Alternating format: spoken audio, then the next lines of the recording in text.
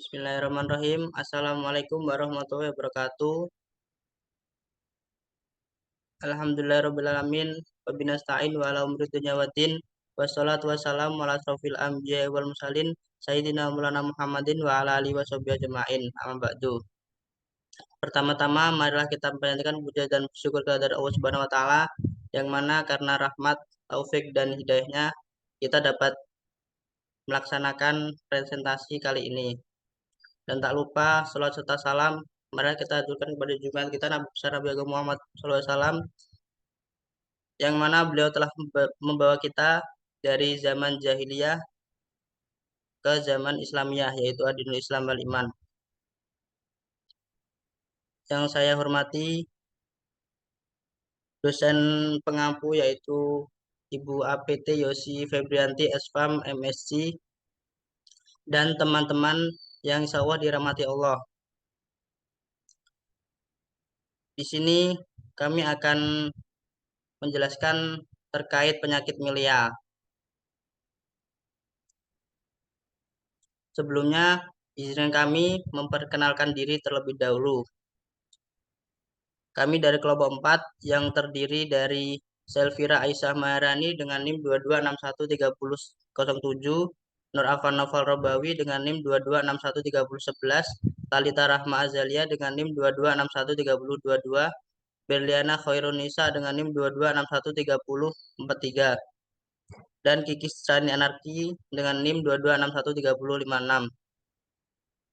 Langsung saja kami akan menjelaskan terkait penyakit milia.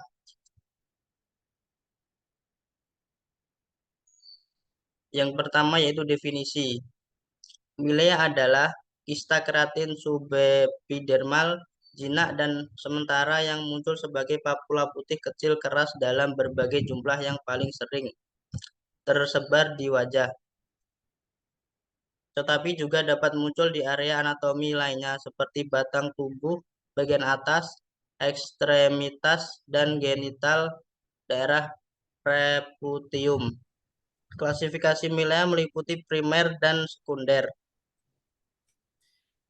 Yang pertama yaitu milia primer. Sebagian besar milia primer merupakan milia bawaan yang terjadi secara spontan dan hadir saat lahir, terutama di atas hidung, kulit kepala, kelopak mata, pipi, batas gusi, dan langit-langit. Namun ada persentase lain dari milia primer yang mungkin terjadi terkait dengan genodermatosis langkah tertentu atau kelainan kulit genetik yang diturunkan pada anak-anak dan orang dewasa. Yang kedua, milia sekunder dapat timbul setelah trauma seperti dermabrasi atau radioterapi. Milia sekunder juga dapat terjadi akibat penggunaan steroid topikal kronis dengan atrofi yang mendasari dan penggunaan obat antiinflamasi non-steroid. Selain itu, mereka dapat bermanifestasi setelah penyembuhan penyakit kulit inflamasi sebagai gejala sisa dari gangguan bulosa.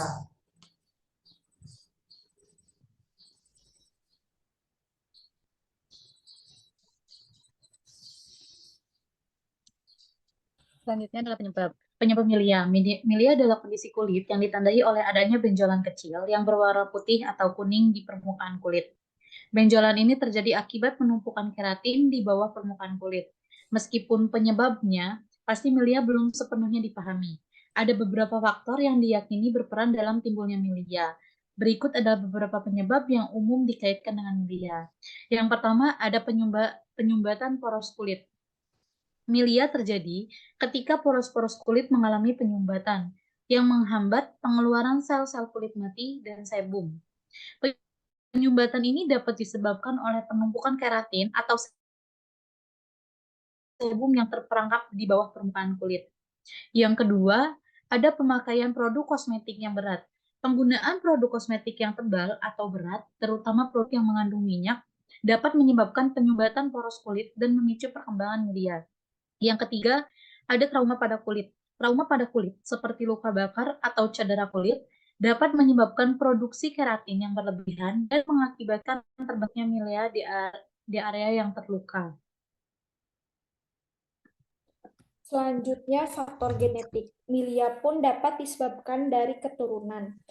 dan dapat disembuhkan. Dan terakhir, dari paparan sinar matahari yang berlebihan. Biasanya, paparan sinar matahari yang berlebihan dapat menyebabkan milia sekunder atau sunburn yang menyebabkan kemerahan pada kulit.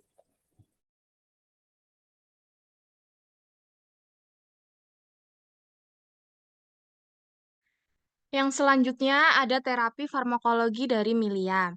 Milia sering terjadi sebagai peristiwa normal dalam kegiatan pasca operasi pasien yang telah menjalani karbon dioksida atau erbium laser resurfacing kulit. Perkembangan milia dapat dikurangi dengan penerapan tretinoin topikal atau asam glikolat. Ketika hanya sedikit lesi yang muncul, milia mudah diobati dengan cara ekstraksi manual.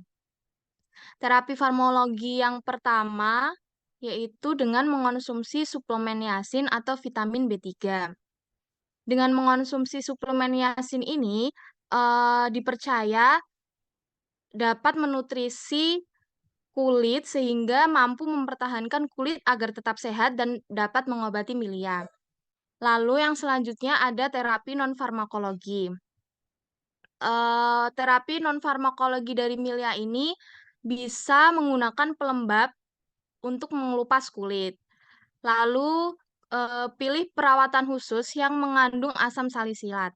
Perawatan ini diberikan untuk milia sekali dalam sehari sampai milia tersebut hilang. Selanjutnya, gunakan lotion retinol seukuran biji kacang polong ke sebagian kulit yang tertutup milia setiap malam. Tunggu kira-kira 30 menit setelah mencuci muka sebelum mengoleskan retinol, tapi itu tidak bisa menghilangkan, hanya bisa memudarkan. Selanjutnya, milia itu bukan jerawat, oleh sebab itu memecahkannya tidak akan menghilangkannya. Milia tersebut kista keras yang berada di bawah kulit, tidak dapat dihilangkan kecuali dilakukan oleh seorang profesional, yaitu dokter spesialis dengan cara mengkauternya.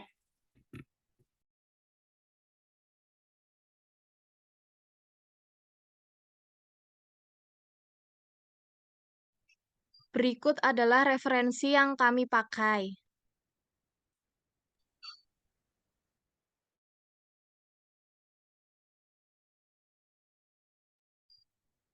Mungkin itu presentasi dari kelompok kami. Apabila ada kurang lebihnya, mohon maaf. Wabillahi taufiq wal hidayah. Wassalamualaikum warahmatullahi wabarakatuh.